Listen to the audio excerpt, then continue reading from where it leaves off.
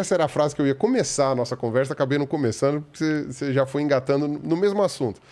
Que é eu ia começar a conversa falando, sim, tem fósforo intermediário pra caralho.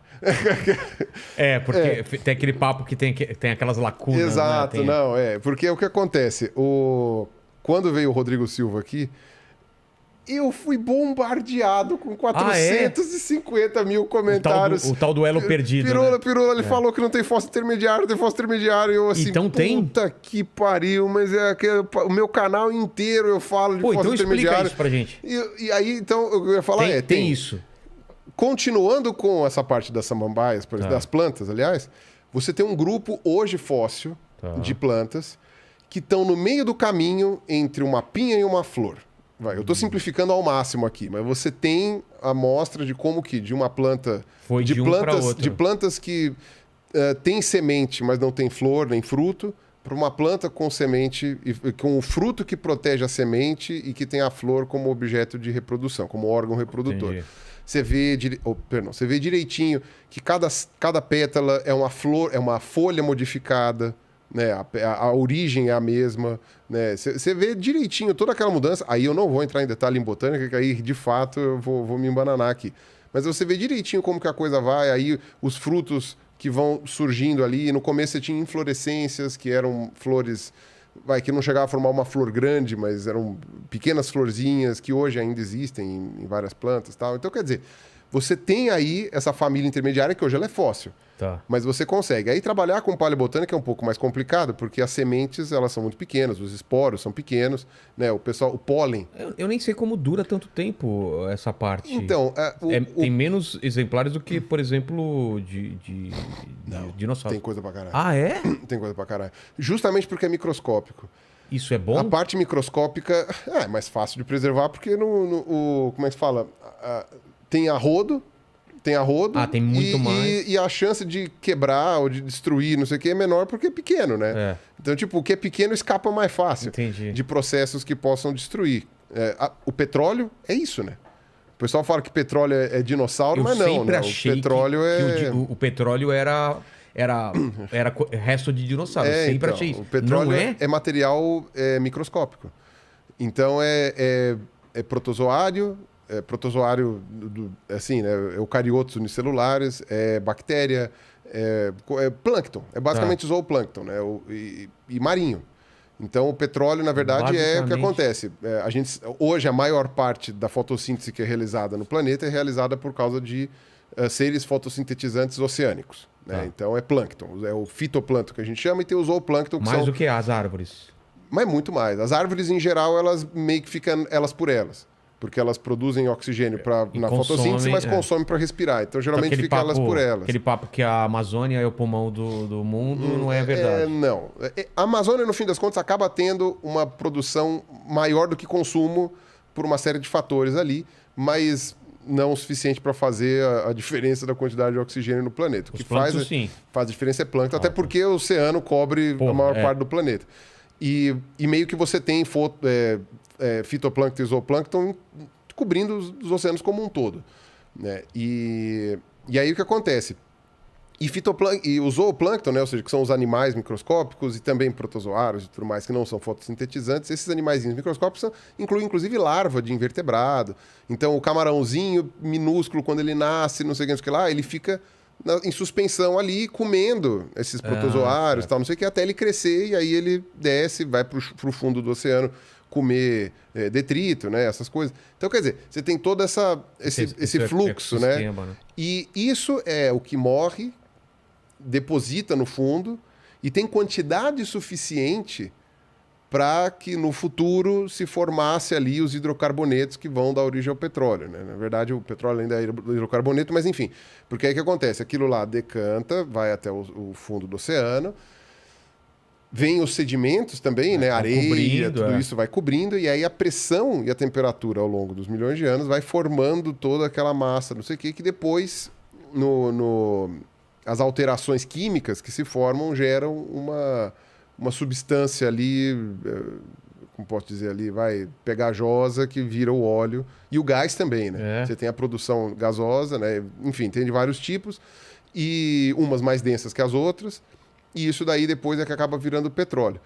Tem a ver com episódios de grande mortandade, Tem. de Extinções? fitoplâncton, né? Então, uma mudança muito drástica no ambiente, uma coisa assim que acaba fazendo com que eles morram em quantidade, e aí a formação do petróleo foi essa. E é por isso que a gente tem petróleos de várias idades diferentes.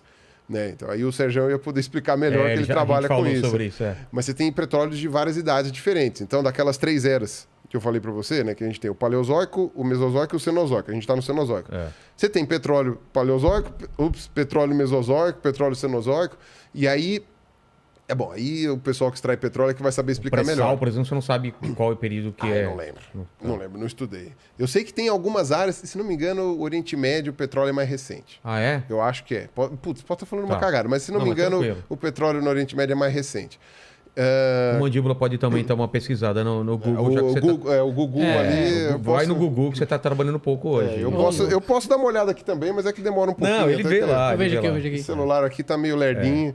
Né? Aliás, quem quiser patrocinar aí, exatamente. Se for Samsung, Xiaomi, não tô vendo, não tem problema.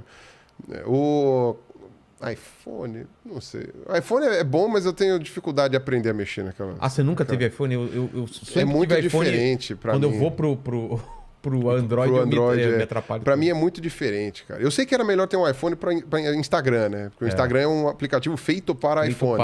Né? Até ele diminui de propósito a qualidade, né, do vídeo, se você faz no Android. Os caras são filhos da puta, né? Mas... Você já viu aquele memezinho do... Por que os dinossauros não tiravam selfie, né? Você já viu que os... Qual aquele que tem um bracinho curto? Tiranossauro só tirava do sovaco aqui, né? Fala, Mandíbula. Já viu as fotos de selfie aqui do... Fala, Mandíbula, você chegou a pesquisar? Parece que tem 200 milhões de anos. Qual? Do pré-sal. Do pré-sal. Não. A gente falou então, do Oriente Médio. 200 milhões é na transição do Triássico para o Jurássico. Tá. Então, tá ali justamente naquele período em que você teve uma pequena mudança pequena. Foi uma puta mudança climática, só que do ponto de... 200 milhões? 200 milhões teve extinção em massa. É? Do Triássico para o Jurássico, é uma das 5 maiores extinções em massa que a gente tem no registro. Eu vou continuar minha pesquisa aqui, mas a primeira informação que eu recebi aqui é 200 milhões. Por que você está falando? Porque pode estar errado, é isso? Não, porque vocês... ele, principalmente, que é o mais especialista, ele olhou e falou, meio que pensou mas assim... Depende da onde você pesquisou. Vamos ver. Depende de onde você pesquisou. Vou continuar. Se for terraplanistas.com. Eu vou ficar quieto com relação a páginas que têm qualidade duvidosa, porque dá uma checada. Porque a minha advogada vai sair de férias, eu não quero. Mas o problema dessa questão das extinções aí é que provavelmente durante essa extinção houve uma mortandade muito grande. Porque a primeira coisa que acontece em extinção em massa. Extinção em massa aumenta gás carbônico na atmosfera, aumenta a temperatura, mata os oceanos. Assim, é batata. Porque o que acontece? Você tem a acidificação dos oceanos, né? E aí morre. O que acontece? O oxigênio, a água tem uma propriedade de dissolver gases, né? Então, aquela interface oceano-atmosfera, ela está sempre em movimentação. Até que é um dos tipos de... como se fala? De fenômenos, né, do planeta que são mais complexos de estudar. Essa interação oceano-atmosfera. Que está o tempo todo trocando moléculas, né? Então a água evapora, e aí a água também ela absorve parte do oxigênio e tal, não sei o quê, e de outros gases, né? A gente só tem 1/5 de oxigênio na atmosfera, né?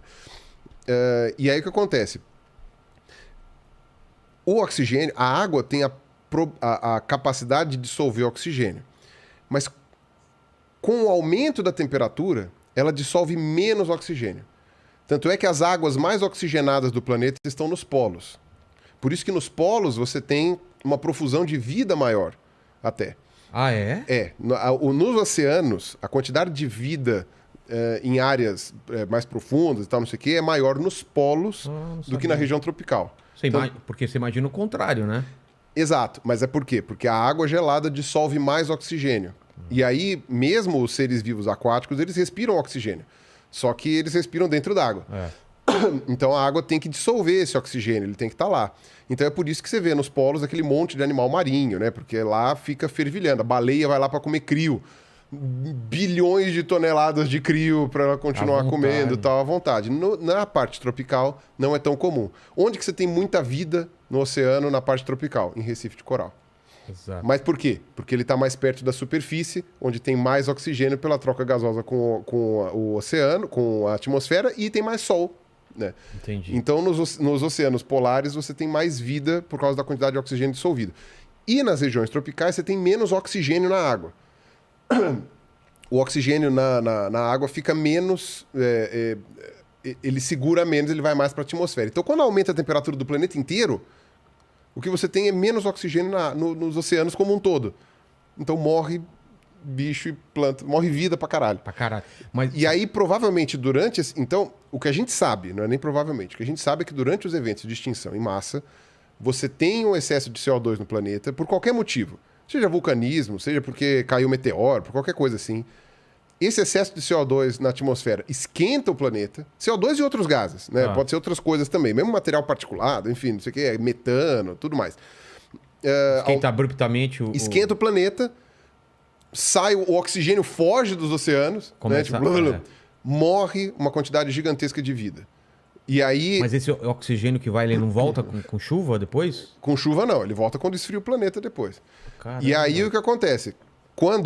Porque o problema é, ele pode até voltar, mas não segura. Ah, tá. Volta e não segura, porque a temperatura não permite. Ah, tá. E aí o que acontece? Quando isso acontece, quando cai o índice de oxigênio, morre muito, provavelmente é aí que se forma o petróleo. Eu digo provavelmente aí porque essa parte eu efetivamente não estudei. Entendi. Mas como você tem uma mortandade muito grande de vida no oceano, e como a maior parte da vida no oceano é fitoplâncton ou plâncton, aí é que deve formar umas camadonas de micro-organismo morto que vai virar petróleo depois.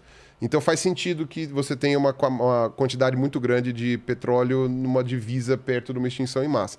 Para mim faz sentido. Agora, no Oriente Médio, se não me engano, o petróleo é mais recente. O petróleo é mais recente. Mas eu queria falar das extinções, essas grandes extinções. A gente teve 5? Grandes extinções que a gente chama são 5. E a sexta... Elas são cíclicas? Ou seja, a gente pode esperar uma sexta ou não? Então... Quais são? Enumerar a primeira... Elas não têm... quer dizer, alguns... Sim, teve cientistas que propuseram que existe um intervalo mais ou menos constante entre elas. Ah, é? Não é uma ideia muito bem aceita, até onde eu pude ver, porque é muito difícil de você estabelecer um motivo para isso. O motivo que a pessoa deu foi geológico, com relação a erupções vulcânicas. Então ele fala, você tem períodos de calmaria, do que diz respeito às placas tectônicas e tudo mais, e tem períodos em que elas se movimentam mais, e nesses períodos que elas se movimentam mais, tem mais vulcanismo, mais gases de efeito estufa na atmosfera, e aí esquenta mais e gera mais extinções. Fala. 40 milhões de anos no Oriente Médio. Falei que era mais novo. Olha só. Falei que era mais novo, rapaz. Isso não tem a ver com a qualidade do petróleo para uso...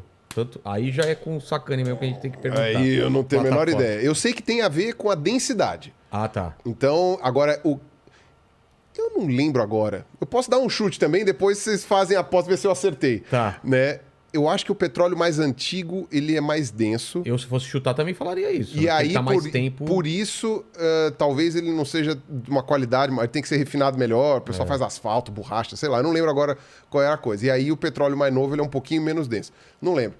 Mas eu sei que são os paleontólogos mais bem pagos do mundo, são os que trabalham com extração de petróleo. Imagino. Exatamente. Sim. Tanto é que o pessoal do Oriente Médio lá é muçulmano, é criacionista no sentido, no caso, corânico, né? Enfim, tem aquela coisa assim. Mas na hora de buscar petróleo, todo mundo acredita em evolução. Olha, não sei o quê, porque, olha, precisa de um estratígrafo para ver a profundidade certa. E aí você sabe, pelo tipo de fauna, de microfauna e microplâncton que você tem lá, você sabe direitinho. Então é interessante, porque o pessoal que trabalha com essa questão de exploração de petróleo, os caras passam a vida no microscópio. O que acontece? Eles pegam a amostra, né? Os caras fazem aqueles testemunhos, né? Que é uma broca que fura faz um cilindrão, né? E chupa o... Putz, os caras vão pegar muito essa aqui pra me zoar. Né? Os caras... Vou colocar uma rola gigante aqui. O Pirula fazer isso aqui e chupa, né? Não, os caras pegam aquele testemunho de sondagem, né? Que eles chupam de profundidades específicas daquele sedimento, mandam pro paleontólogo ver. Analisar. Aí o cara vai lá e ele vai no microscópio separar o tipo de fóssil, de microfóssil que tem lá. O que acontece? Muitas criaturas unicelulares, etc., que habitam lá a superfície dos oceanos, possuem uma pequena camada de calcário ou de outras substâncias duras que se preservam mais fácil no registro. Então você tem alguns tipos de fóssil que eles chamam de foraminíferos, né, que são protozoários. Não, tem hoje ainda, tem bastante hoje, mas os fósseis de protozoário que possuem uma camada calcária. E são super bonitos, porque eles têm vários formatos diferentes. Então, às vezes, é um formato meio com espícula, o outro é um formato mais formando umas bolotas, tal. Tem uns que são espirais. Então, é super bonito. E você consegue identificar por espécie, por gênero, por família, por uma série de coisas ali.